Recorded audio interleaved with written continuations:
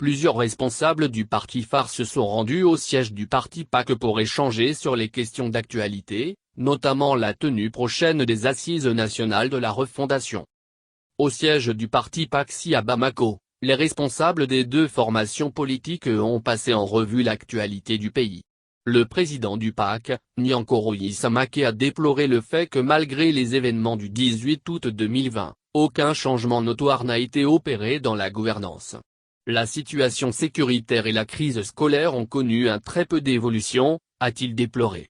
En réponse, il propose que les patriotes et un leadership vertueux se retrouvent pour impulser un nouveau type de gouvernance et une stabilité politique.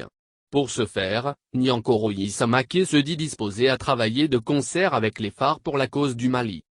À sa suite, l'ancien Premier ministre a partagé les analyses des phares avec les membres de ce parti en indiquant que la situation actuelle du pays exige que les forces vives doivent se rassembler. Les attaques terroristes, les crises institutionnelles et sanitaires doivent renforcer la cohésion des partis politiques autour du Mali, estime le président des phares. L'occasion a été indiquée par Modibo Sidibé pour décliner les grandes lignes du projet de société Mali Horizon 2030 Un projet, dit-il, qui prône de faire la politique autrement, de sortir dans le communautarisme, des chantiers battus pour se projeter à long terme dans l'avenir.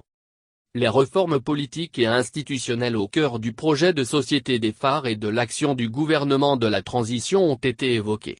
Cette transition sans des réformes refondatrices serait inutile, a tranché Modibo Sidibé, qui a exprimé la nécessité de tenir des assises nationales de la refondation.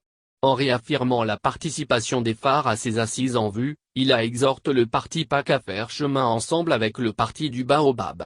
Elles vont recueillir les avis des 20 millions de Maliens, discuter du modèle de gouvernance, de la sécurité, de la défense, de l'éducation, culturelle et économique, a ajouté l'orateur, qui poursuit que les conclusions des assises nationales de la refondation seront mises en œuvre par le régime qui sortira de la transition. Attendant la tenue de ces assises dont les préparatifs sont en cours par le gouvernement de la transition, le parti phare multiplie les démarches dans les quartiers généraux des partis politiques pour obtenir un large rassemblement des forces vives afin de redresser et de refonder.